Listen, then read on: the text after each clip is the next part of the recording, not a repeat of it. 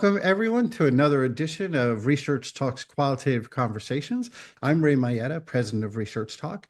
Today, we have with us Dr. Keon Gilbert, who will be speaking about a course he's offering at our Qualitative Research Summer Intensive. The title is Photovoice: Powerful Images That Communicate Current Realities to Direct Social Change. That course is offered on July 23rd. We will get more into that. Keon Gilbert, professor of public health at the College for Public Health and Social Justice at St. Louis University.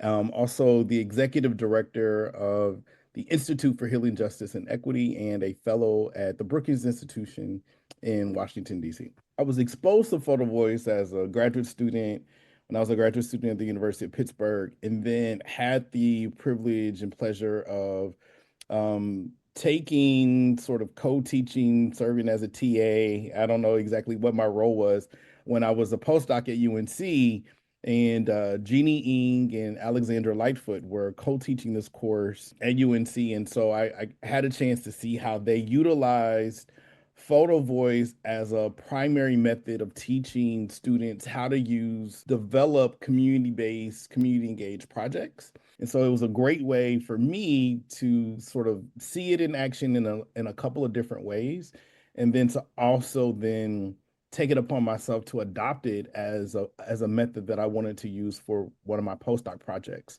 with middle school and high school boys looking at high school dropout in health. Doing Photovoice today is a lot easier than when I started, where I had digital cameras, and I, had to pick cameras up, develop film, and so it's a lot easier. But I think the anxieties are definitely real, because unfortunately, in a lot of our disciplines and fields, we're not really taught to be creative. And it's a good place to remind people of, again, part of the principles and practices of community engagement, community-based participatory research, is that this is really a community, a participant-centered experience. You also have these really amazing images as well as part of your research experience and research process. And I think people they can't wrap their heads around that sometimes. In Photovoice, everyone talks. And then you get a chance to sort of build some consensus as you select a particular photo that might represent the topic of the day, or one or two photos that represent the topic of the day.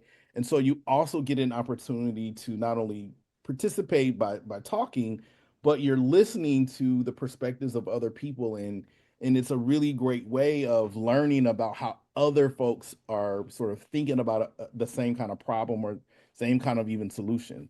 And that's even the last part I'll add to that, is that it really does sort of move through the process of identifying a problem and then thinking about solutions. And that's automatically built into the Photovoice project, which I really like as part of the structure.